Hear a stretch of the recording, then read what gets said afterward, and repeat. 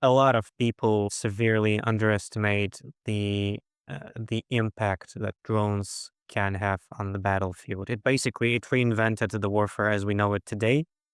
And unfortunately, I have seen a very slow response from our Western partners and colleagues in realizing this warfare is evolving, and we have to evolve alongside with it. But I think the peaceful mindset of the Western countries is an anchor that they cannot get rid of, and it stops them from effectively protecting themselves. Welcome to another edition of Defense Forward, the podcast that brings you learnings from and for Ukraine. As always, I'm Jonathan Winch from Cylinder Defense in Copenhagen, Denmark. And I'm Dan Kucherenko from Serhiy Charity Foundation in Kiev, Ukraine. And we are honored today to welcome Lito, who is currently commanding an FPV drone platoon within a brigade of National Guard of Ukraine that must remain unnamed. Lito, thank you. And we know that you will be rejoining the platoon at the front line this week. So thanks for taking time to talk to us and to our audience, of course. Yeah, I'm excited to be here. Thank you for having me. Let's get things underway. So, Lito, how would you describe your unit's role and where it operates? We don't have one specific location where we're assigned to. We're kind of spread all across the front lines, supporting our troops wherever we're needed. It's a doctrine that is common among UAV units nowadays. And the role. I mean, it's very hard to overestimate the role of the unmanned units is tremendous. They are the cornerstone that supports the entire defense effort in this war. Yeah, I think that's pretty high-profile role. And when everyone mentions Ukraine, it's the drones, and anything unmanned going forward. So, pretty interested to hear all the things that you're going to tell us today. Did you have any technical background that translated directly into drone warfare, or was it entirely new territory for you? I I did have a formal education in computer and engineering, but I wasn't very fond of it nor very good at it, and I didn't work with this specialization when I graduated. So it was almost entirely new territory for me that I had to learn from scratch, and I learned all of it basically on the job. So you hadn't played with a drone or experienced a drone before you met No, in the not military? really. The only thing that the technical background gave me is the understanding that drones as a technological mean of warfare is the way to go. It's the future. So it got me interested in that venue right away. So I sort of geared myself towards drone warfare and try to learn as much as possible before joining specifically a drone unit. And you didn't have any career, right, before joining the unit? I was a copywriter, a translator, nothing that could help me, that would be helpful to me in a war. Do you remember how you joined the unit? Can you walk us through this period? Yeah, yeah, sure. It was a sort of a long process, and I was surprised by how much time it actually took me to join the army at the time when it is supposedly in need of people. There were lines at the recruitment centers. I was turned away several times, but I Sorry, think when was it? it was in 2022. Uh, and I think it took me the better part of a year to sort of find my footing and get the process of enlisting underway. Uh, it did give me some time to think about my options and to prepare myself. I attended specialized courses of civilian defense or something like that. It helped me mentally prepare myself to what is to come.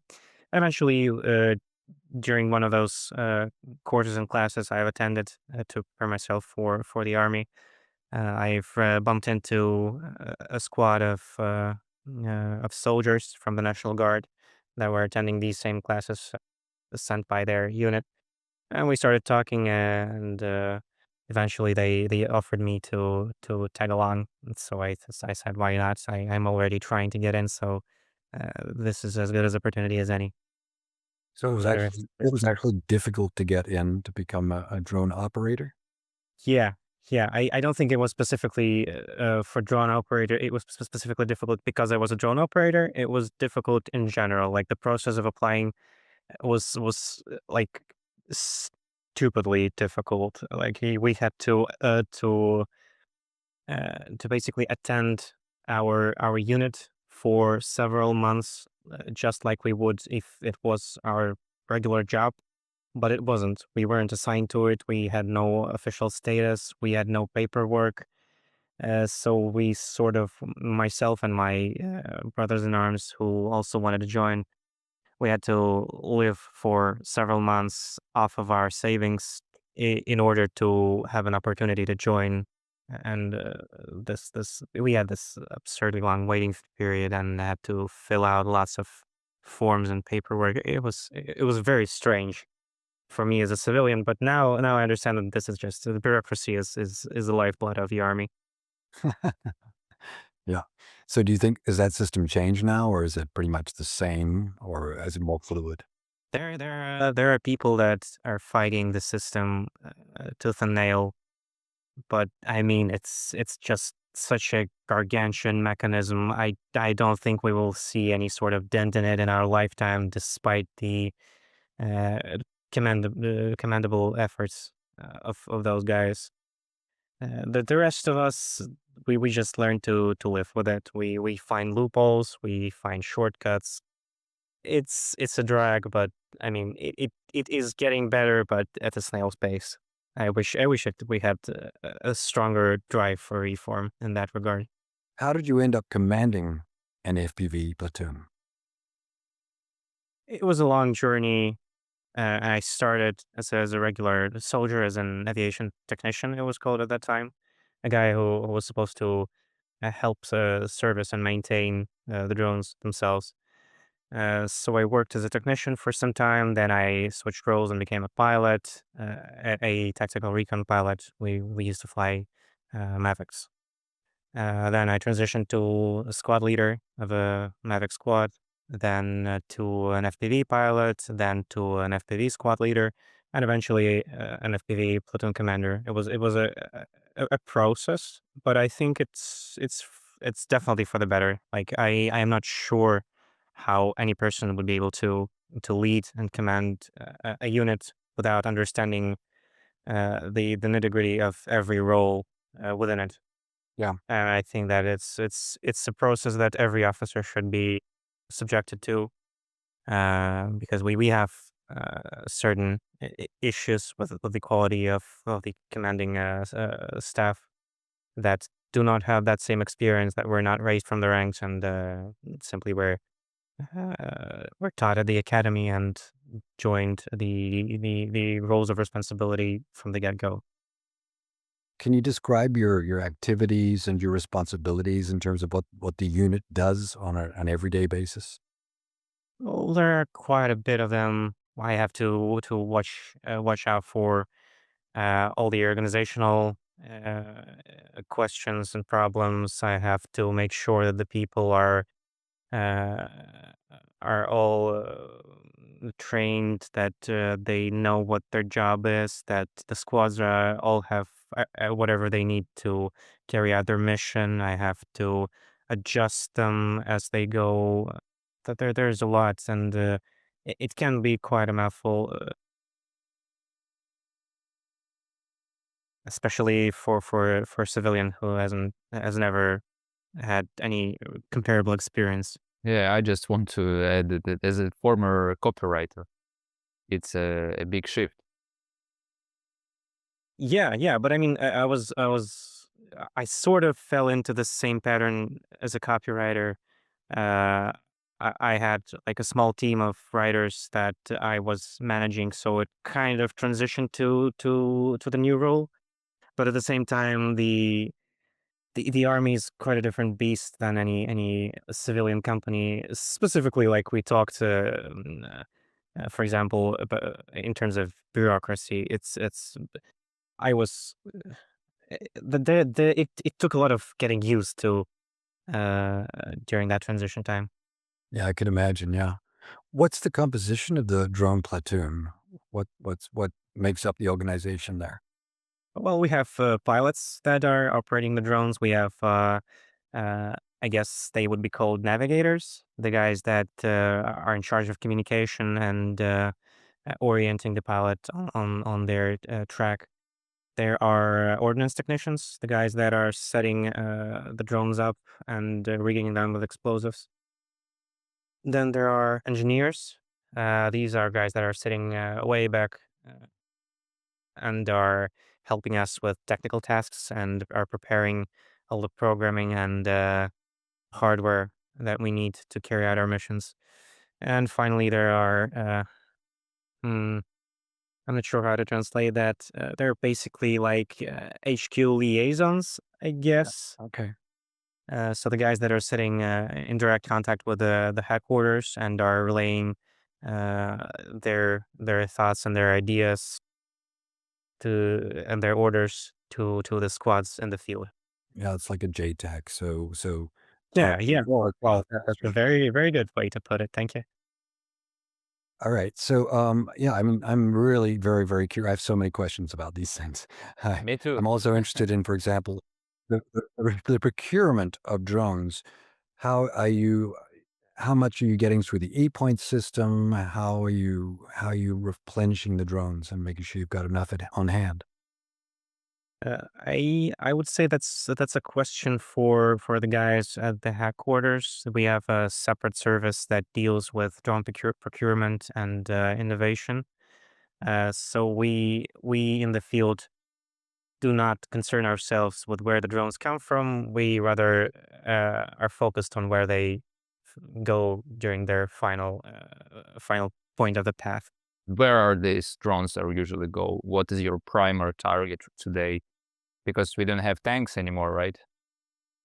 Uh, Usually not. It would be a nice day in the field to get a tank, but it's usually logistics, infantry, various radio equipment. They are also used to hunt down aerial targets, but that's an entirely different sort of unit that deals with anti-air defense. We do have a target-rich environment, even despite the lack of armored vehicles. How many infantrymen are you destroying daily? Depends on the day, depends on the skill of the pilot. I would say uh, like half a dozen is a very good day in general. Like two or three is a good result. Okay. Yeah. Uh, so okay, so actually how can you describe what it's like, compare your activities during daylight hours against nighttime? What are the differences in operational capabilities and challenges? I don't think they're too different. We have tools that are specifically geared to working in daylight, and tools that allow us to operate in the same capacity during the night. Of course, there are some issues that we have to work around, but in general, it's not that different. Like we follow the same pattern in day and in the night. Hmm. Okay, I had expected there might have been a greater difference in that. I know, of course, we have various night imaging technologies and so on, but okay, that's new to me that it's quite similar. So, what does a typical day look like for your platoon? Well, it depends on the role. If we're talking about squads in the field, uh, they they have to maintain their position. They do like general chores like maintaining the camouflage and general technical maintenance in their free time. And other than that, we basically are striving to flying nonstop without any sort of break or reprieve short of technical necessity. Like if we have something broken and we have to change it, then we will make a stop. Otherwise, it's a flight after a flight after a flight after a flight. And you're operating from foxholes underground most of the time? Most of the time, yeah. Yeah, it has to be a sizable dugout in order to provide safety and security for the pilots. Lito, you mentioned that you are flying over and over, like flight after flight. Can you explain how does it possible, like to maintain these drones in the air, and why? Do reconnaissance, or what is the goal? We are a strike unit, so we do not generally do reconnaissance. That's the task of our recon guys. Our job is to destroy the targets found, and they do a pretty good job of providing us with enough targets to work like we do, so nonstop. Have you gotten more accurate with being able to strike targets over, say, the last year, for example? Uh, We use I mean, fewer drones? marginally, I would say that the biggest uptick in the skill curve was between of the first and second year, and then it becomes how do you say it, diminished returns. Yeah. Is that a function of the targets becoming harder to strike, better camouflage, better Not protection? necessarily. I would say it has to do more with the pilot's awareness of the situation, of his understanding of his craft, and his acquired reflexes. Basically, the reactions that would take the newbie pilot some cognitive effort to conjure are becoming automatic for someone who has been doing that for a while.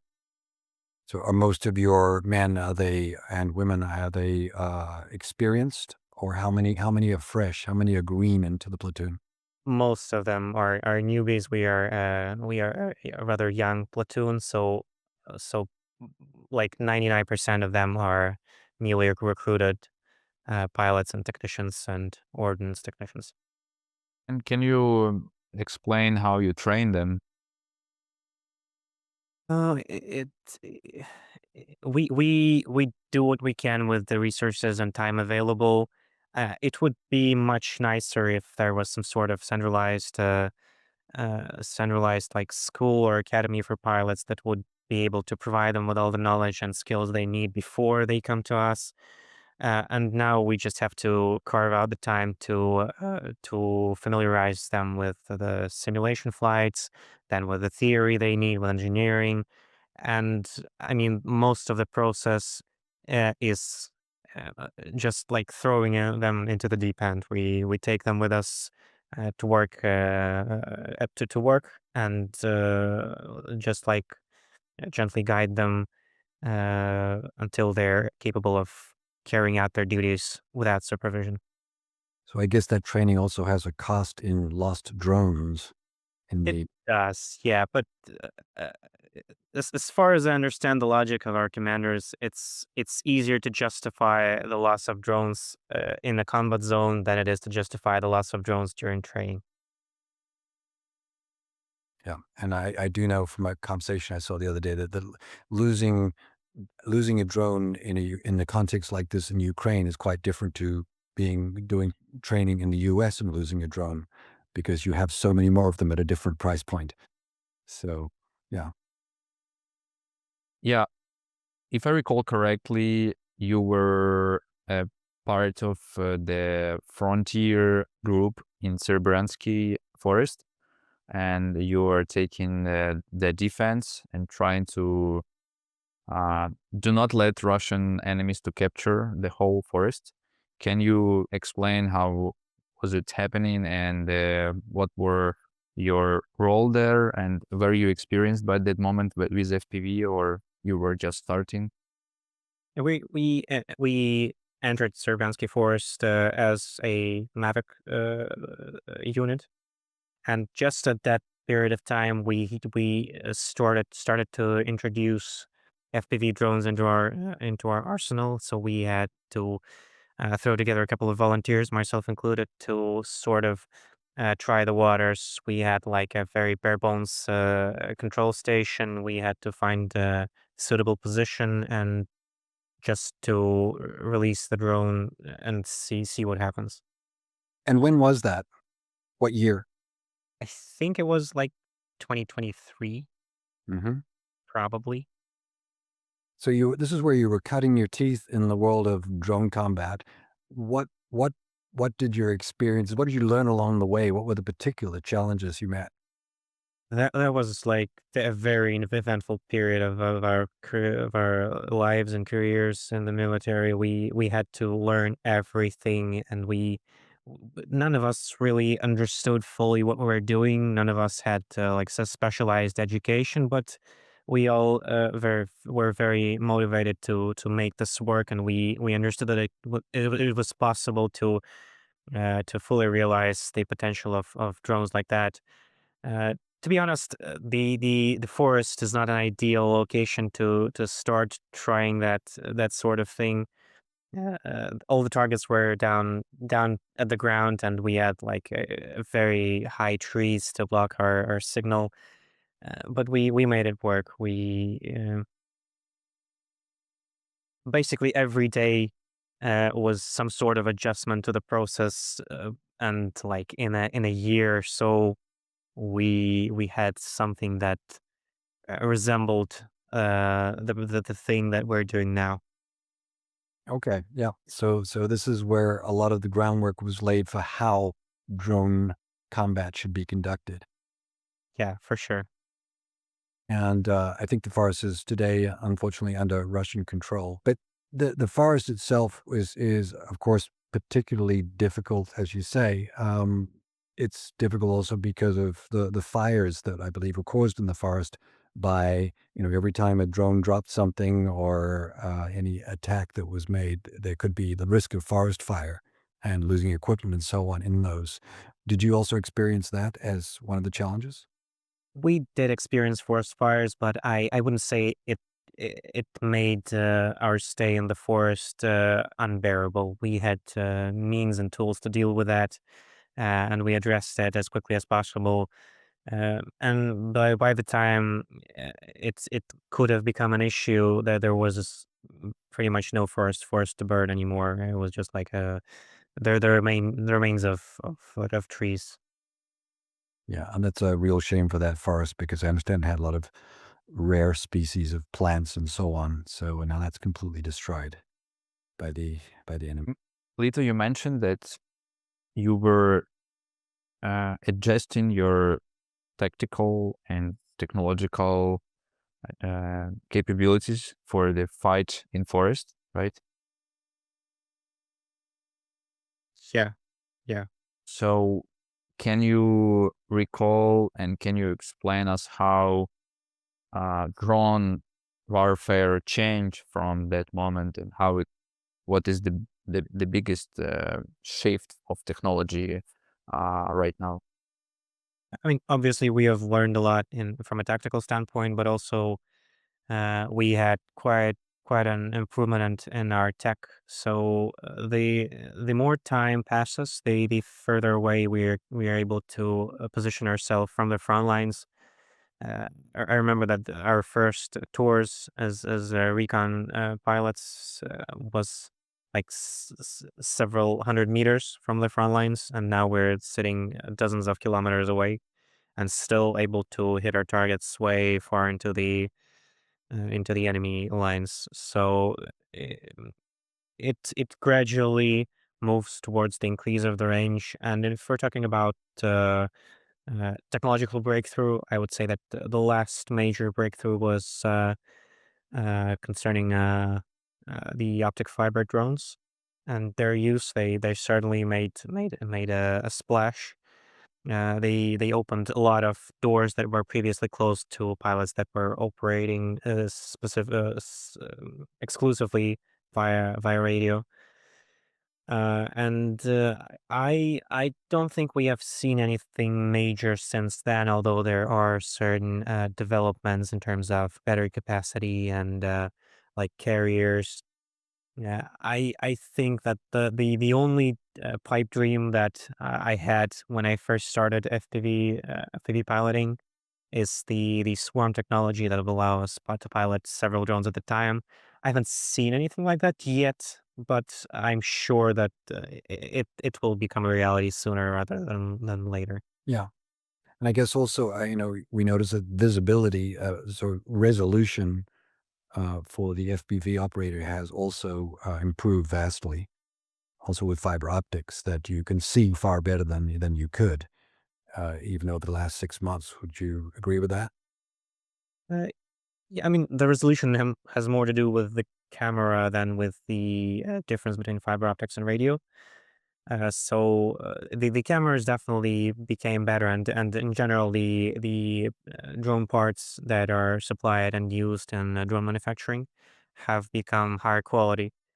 But I think the reason that optic fiber drones are so effective is because they they create a whole another dimension for drone pilots to operate in. They are able to fly into crevices and to ignore terrain, um, to maintain while maintaining a very stable connection.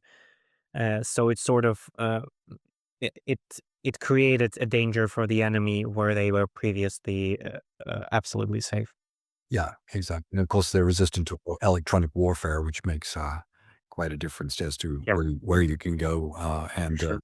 the the yield rates, how many drones make it to the target. Considering the yield rates, I think that fiber optic has its own weak spots in terms of bushes and trees, and it's very easy to break the fiber itself and just lose the connection and eventually lose the drone. That is true. Yeah, they have their own issues, but I think that the effect they provide is far worth it in terms of yield. Do you have a favorite drone producer? Well, I mean, I have a weak spot in my heart for Sternenko drones. We don't see them anymore, but they were the first the first high quality drones were received, so they sort of left an imprint in my mind as a quality product, and there wasn't any issues with them with those drones at the time, and it was quite an achievement to have a drone that you could just pick out of the box and use without any issues, without having to reprogram or to upgrade it in some way. Yes, natural plug and play. Yeah, yeah, I would And agree. in terms of digital connection and digital communication system, do you see it appears on the front line? Do you use Yeah, it? yeah, of course, it is used. It's not as common uh, among squads that are working against ground targets, but it is very often employed by anti-air defense units that are using drones to hunt down enemy fixed wing aircraft. And I'm not a very tech guy here.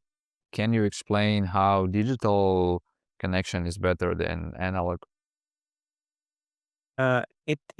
It does provide a better quality of image, so it is easier for pilots to identify their targets in the sky. Uh, and at the same time, the digital signal is I'm not sure how you say it in English, but it's sort of encoded, so it's not as easy to intercept as its analog counterpart. As So to why, why don't everyone use it? I'm not sure. I would guess it has something to do with the cost efficiency of digital systems. You would have to ask that the question to the drone procurement guys. I'm sure they will be more than happy to shed light Actually, on that issue. Personally, I would love to fly only digital drones. Like, if someone would be willing to supply us with digital platforms, I would be more than happy to accept that offer. please, please reach out to Serhiy Prytula Charity Foundation through our website. You can request digital drones, and our procurement department will do our best to deliver it to your unit, of course. We'll keep that in mind. And well, you have to now that Lito's been on the show. You've got to help him out, Dan. Yes, we are. And we indeed have the big procurement department which works with all type of drones and analog, optic, fiber optic, and digital. So we can look at it, and I would also ask them the difference between those three types and in cost efficiency rate. So next episodes we will have this information.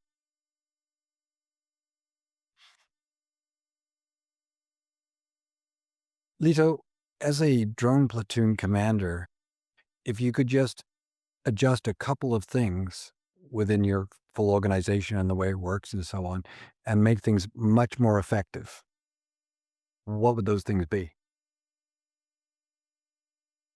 That's a great question. Well, there's a lot of things that could be adjusted and improved.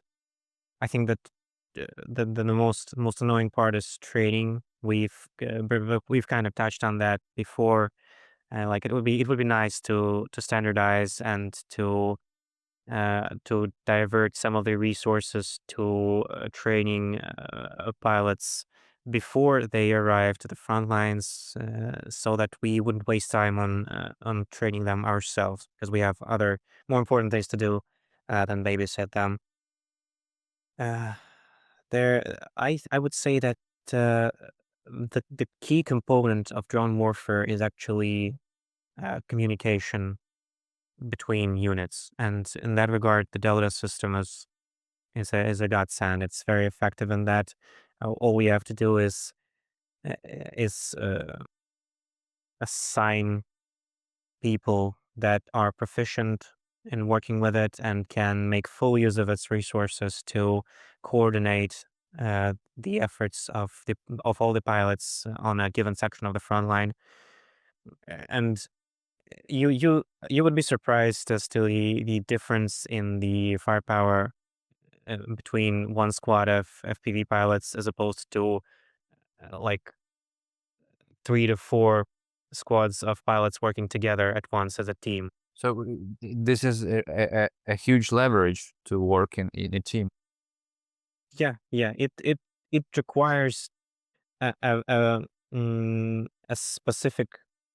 specific purposeful mind, a specific type of person to be able to build this system, to organize everything, and I mean, it all boils down to the quality of the personnel we have available, be it at the enlisted level or at the command level. I mean, it's easy for me to point fingers and blame others.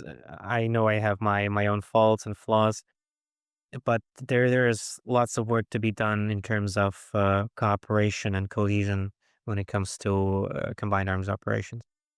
But that is where the magic is, of course, is in getting combined arms right. And Delta as I guess, a world leading battlefield management system is really making big strides there. Um, what do you hope for in terms of the next releases of Delta? Are there things that you could look at and say, "Oh, well, we should improve these"? Things that you can talk about, of course. So I would say that they are kind of already moving in that direction, and I'm sure they understand perfectly well what they're doing. They're way ahead of our hopes and dreams in that regard.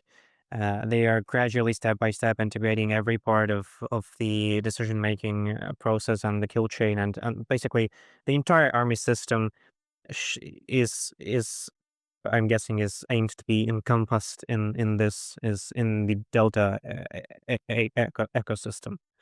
So we used to have just the recon pilots and the artillery there, and the command, I guess, headquarters. Then the strike drones were added. The analytics were added, and now the electronic warfare guys have their turn. In the ideal world, everything would be interconnected and work as one singular organism through this system. Yeah. And it's a lot easier to design a system like that in a hot war where you're actually having to use it rather than being designed outside of Ukraine, where much of it is based on ideas and theories about what's required and when.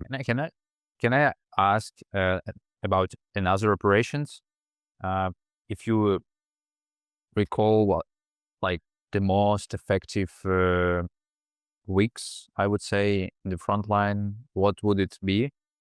What was your biggest success?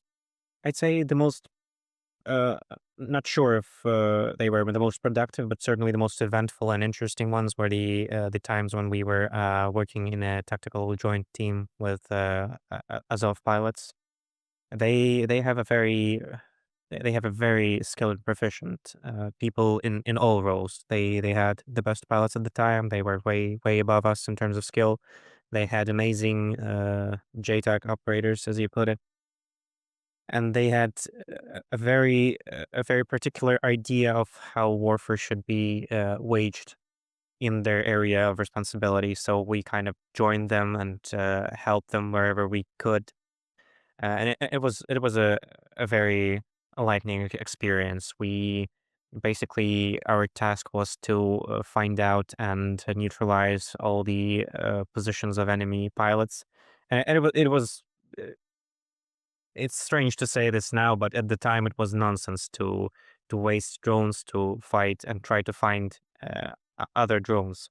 Yeah, all the targets we were issued were infantry or dugouts or tanks. And what is a tank compared to a couple of antennas? But Azov presented us this idea that that the balance of power on the front line can be changed by addressing the core issues, which were at the time enemy UAV crews. And we were quite efficient at that. And we spent almost a month uh, exclusively looking for and destroying enemy pilots with all available resources, and they saved they saved no tool, no mean of firepower to achieve that goal. Yeah, so becoming a drone pilot became, at that period, a very, very dangerous profession, particularly also when you're close to or you're in the red zone. So I guess that has hopefully become less dangerous as a profession because you can be further away from the front line. Is that the case now? Yeah, the distance certainly helps, but as we move further and further away from the front line, the kill zone also expands and is sort of following us, so we cannot be completely safe. But I mean, the risks are manageable. We know how to behave ourselves in a high stress and dangerous situations. We know we have fallbacks and we have contingencies for pretty much anything that might happen to us. Yeah, regarding the topics of cleaning up the enemy troops, of enemy pilot troops, first question is, where was it? It was partially in the Serebryansky Forest itself, and the other part of it was happening as we moved to Terne. So in 2024. Somewhere along those lines, I think. It's Mhm. hard to put a specific date on it. Probably And yes. and if you measure, can you explain how the situation on this area of responsibility changes after you diminish all the enemy pilots? Uh, I mean the I would guess the main motivation of any drone pilot is to make sure that the infantry can relax and feel safe. Uh, it's not about destroying the enemy. It's not about uh, scoring as much tanks as possible. It's about making sure that the guys that are in the most danger can relax for just a little bit. And I think that this goal was ultimately achieved. We relieved a lot of pressure from the front lines, and allowed our infantry to stabilize the situation, to conduct their logistics in peace. They still went under quite a lot of fire and danger, but we I'm sure that we managed to relieve some of the pressure, and I think that can be counted as a success. Amazing. Would you say that today, typically, it's very well coordinated between the actions of the infantry, assaults, for example, and the support that you're providing with your FPV drones? Yeah, yeah. It depends on the mission of the crew. Different crews have different areas of responsibility. Some are hunting logistics exclusively. Some are dealing with middle to deep strikes. But the crews that are tasked with defending the immediate vicinity of the front line, they do still have this strong motivation and of protecting the infantryman. And whenever there's an assault going on, they're like all the limitations uh, are off. Like if you were ordered to conserve drones because of, for example, weather conditions or shortages, if there's an assault going on infantry positions, all bets are off. You are allowed to use whatever means necessary in whatever quantities you feel like you have to use them in order to stop the assault and protect the infantry. Do you also have, like in the platoon, do you have some drone pilots that are almost at a different level, that are extremely high performing? Do you have anyone like that in the system? Do you know, like a drone pilot genius, you could say, who can There really? there are there are people that are better at flying than others, but I wouldn't call them geniuses or talented. I am of the opinion that it has more to do with hard work and experience than with talent. It's not rocket science. I believe that anyone can be taught to fly a drone well, uh, and given time, you can become very proficient in what we do. And how many drones do you spend by day? Nowadays, about like up to 20, because we do long distance flights. And if we're talking about How long? each flight is about an hour long, like up to 50 kilometers. With FPV in an analog communication? Yeah, yeah. Wow, that's impressive. And that's Uh, reflecting the size of the kill zone, I assume, that can be very, very broad, or are you actually doing mid-strike in most cases? I I guess the 50-kilometer distance can be considered middle strike, but it's like the closest end of the middle strike capabilities. I'm sure that Hornet pilots are can upstand us in that regard. Down them someday we'll catch up. Everyone loves Hornet drones. It's a fact of life, that's true. And the middle strike is mostly considered not by the distance, but by the logic of target picking. And if you are striking logistic or warehouses or um, I don't know, command posts, it's closer for the notion of middle strike, right? Yeah, yeah. We try to pick our targets accordingly to the logic of middle strike, but it's not always possible for us to choose the target according to that logic. So we sort of find our work wherever it presents itself. And in terms of e-points, probably everyone who is listening us aware of this system of bonuses from targeting the specific enemy. So what is the, I don't know, the most rewarded target right now? And how many E points do you have for infantry, for example, and for the most rewarded target? I'm not sure about that.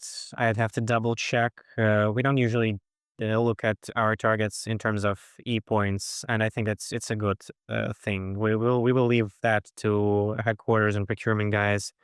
They're more fit to deal with these kind of metrics. For us, it's more about the effect and the satisfaction from the job well done. What do you think the rest of the world consistently gets wrong or underestimates about drone warfare as Ukraine is experiencing? Uh, it's an interesting question. I think a lot of people that I've communicated with severely underestimate the impact that drones can have on the battlefield. It reinvented the warfare as we know it today, and unfortunately, I have seen uh, a very slow response from our Western partners and colleagues in realizing this shift that has happened. They're still uh, too reliant on overpriced and overly complicated technology, when in fact the thing that wins the war is whoever can make the most cost efficient thing happen. Like we cannot win the war with 100 of Storm Shadows, but we can win a war with 1 million FPV drones. I'm pretty Yeah. positive. Yes, I think there's been some shifts that Western armies have missed or not been able to cope with. One of them being, of course, UAVs, and the other one also being the fact that a lot of fighting is done from underground. Yeah, yeah. The warfare is evolving, and we have to evolve alongside with it. But uh, I think the peaceful mindset of the Western countries is an anchor that they cannot get rid of, and it really it stops them from effectively protecting themselves from potential dangers of the future types of warfare. Yeah, I want to ask Lito, what is the topic that we didn't cover, but you want to make it public and say something out loud for our Western European audience mostly? Uh, well, it's the same message that has been like transmitted from the beginning of the war, is that uh, it's no use to appease an aggressive bully. It will just make it worse. Like the more lenient you are with people who do not understand the concept of diplomacy, the worse are the consequences that you will have to deal with later on down the line. And I hear that sentiment quite a lot from people that I talk with from far west countries. Is that there are countries that are close to Russia, and there are countries that are not too close to Russia, and there's this difference in the urgency of response, in understanding the urgency of response. Like they are not concerned about a possible war because they do not think it will affect them. But once the countries you yeah once the countries that you refuse to help fall because you hadn't helped them in time, you will be the next one in line, and then who is going to help you? That's going to be a hard lesson. You're right.